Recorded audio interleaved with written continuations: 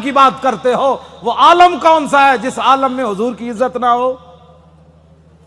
वो अमन कौन सा है जिस अमन के अंदर तुम हुजूर की इज्जत के मुकाबले में अमन की बात करते हो?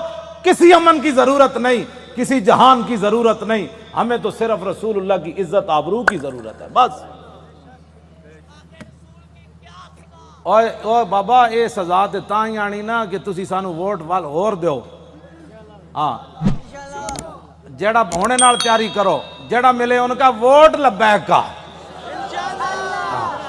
वोट दी खत्म नबुव्वत दा, वोट ना मूसे रिसालत एंज करके जनाब तुसी कम अज कम शाह जी नू जेड़ा तुसी तो दिता है, वैसे तुहाडे वोट तुसी दिता है, लेकिन लुटन वाले रज के लुट, वेखण वाले जागण वाले वेखते रह गए।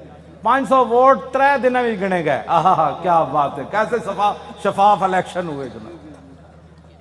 बैनुल अक़वामी मुबस्सिरीन